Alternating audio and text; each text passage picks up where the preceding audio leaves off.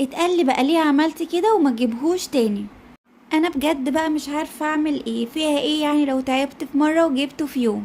انا مش عارفه الصراحه عملت ايه غلط. كل ده حصل عشان طلبته دليفري وما عملتوش في البيت لاني كنت تعبانه جدا. بعمله في البيت كتير، بس قلت ايه يعني لو مره جبته من بره في يوم، بس الظاهر كده انا حسبتها غلط. وكمان كل اللي في البيت بيحبه جدا، واعتقد كمان كل الناس بتحب الكشري المصري. مين يعني ما بيحبش الكشري المصري وهو بالحمص والتقلية والدقة؟